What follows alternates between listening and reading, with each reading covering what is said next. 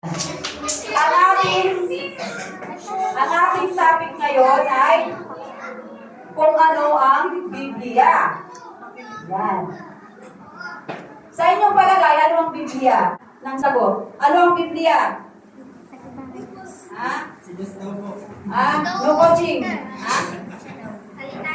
Ano? Mga salita ng Diyos. Praise the Lord. Salita ng Diyos. Yan. Praise God. Ang Biblia ay salita ng Diyos. Amen. So, dahil salita ito ng Diyos, ito ay mahalaga. Amen. Na kinakailangan ng bawat tao. Amen. Amen. So, ang Biblia ay isa ito ay love letter ng ating Panginoon. Ito ay napakahalaga na dapat natin matutunan at ating isabuhay.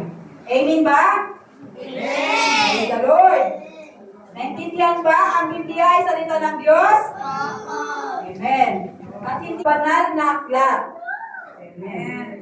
Bakit tinatawag siya banal na aklat? Kasi ang may author niyan ay banal. Sino yun? Jesus. Si Jesus Christ. Yan. Ang Biblia at 27 sa bagong tipay, mapa papuntang langit. Amen. Sino nakabasa ng mapa sa lupa?